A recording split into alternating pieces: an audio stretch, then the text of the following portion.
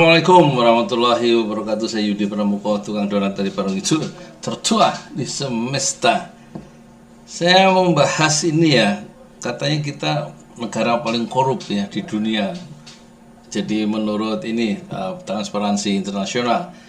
Awalnya saya lihat di diskusi panel di Partai Umat, ada Rocky Gerung, ada Jusnul Maria ya, Profesor Dr. Jusnul Maria, dosen UID, dia mengatakan indeks persepsi korupsi indeks Indonesia itu anjlok sepanjang sejarah dari 34 ke 38 gitu ya. Terus saya heran, dia dapat informasi dari mana? Rupanya saya cari barusan dari pagi ini, hari apa ini? Hari Kamis ya. Habis sholat subuh saya cari, ternyata dari Transparansi Internasional ya, tentang Corruption Perception Index ya. Apa itu? Transparansi Internasional adalah organisasi non-governmental ya. Organisasi bukan pemerintah yang bersifat internasional, yang committed, yang bersungguh-sungguh terikat nuraninya untuk memerangi fighting injustice ya, ketidakadilan yang disebabkan oleh korupsi. Fighting injustice caused by corruption. Salah satu dari penerbitan tahunan itu memperlihatkan IPK, Corruption Perception Index. Kok IPK sih? Indeks persepsi korupsi ya. Itu meliputi yang ada 180 negara yang di ranking.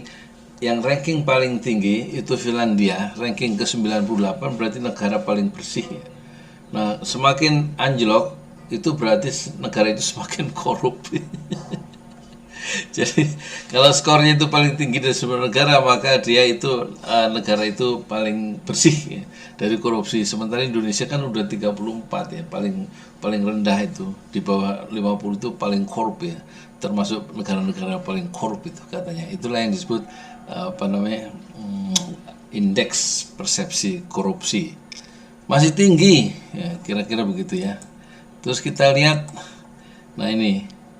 kita lihat ya, ini yang paling bersih di dunia, negara yang nggak ada korupsinya, itu adalah ranking 1 Denmark, 2 Finlandia. Denmark itu skornya 90, Finlandia 87, ranking 2, ranking ketiga New Zealand yang di sampingnya Australia itu. Yang keempat, ranking yang paling bersih negara dunia adalah Norwegia ya, skornya 84, New Zealand 87, dan negara Asia yang paling bersih adalah Singapura ya. Indeksnya rankingnya 5. Indeksnya angkanya skornya 83. Nah, Singapura ini menurut Transparansi Internasional negara paling bersih di dunia ya. Termasuk Denmark, Finlandia, New Zealand, Norwegia, Australia. Tapi di sini ya kumpulnya para koruptor ngumpet di situ. Jadi Transparansi Internasional nggak mengecek di mana koruptor itu bersarang ngumpetnya. Nah, di Singapura itu banyak pelarian koruptor dari Indonesia menyelamatkan diri di situ, karena nggak ada perjanjian ekstradisi antara Indonesia dan Singapura soal buronan koruptor. Itu mereka ngumpet di situ. Paling cuma 2 jam sampai itu situ, naik pesawat ya. Nah, tapi menurut Transparansi Internasional di situ banyak paling bersih ya, 5 negara paling bersih dari korupsi. Tapi menurut kita Singapura itu banyak koruptor. Ya mungkin dalam sektor pelayanan publik itu nggak ada korupsi, tapi orang-orang koruptor banyak di situ. Ya sudah, simpulkan sendiri. Nah, sekarang kita lihat Indonesia. Ya, Indonesia rankingnya itu anjlok ya, dari tahun 2021, 2022 tahun kemarin itu justru anjlok ya. Anjlok itu tambah korup gitu loh, tambah banyak maling-maling ya loh. Ini Belarusia ya, Maroko, Tanzania. Nah, 36 Ekuador, 36 ranking ke 101 Ekuador, ranking ke 100. Mana ini Indonesia tuh? Oh ini.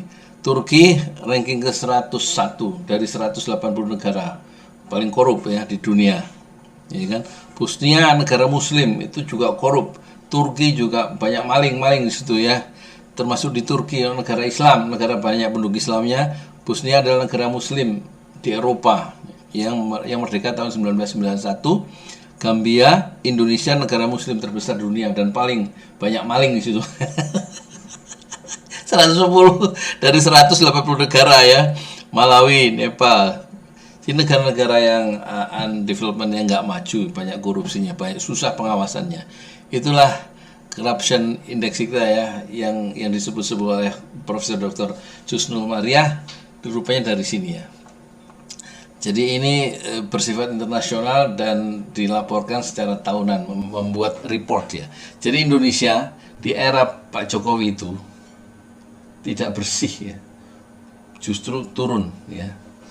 Turun rankingnya itu menunjukkan paling buruk ya, 110 rankingnya, ya kan, 110. Kita klik Indonesia tuh, skornya rankingnya 110 dari 180 negara. Malah dia korupsinya naik ya, skornya turun dari turun 4 ya, turun 4,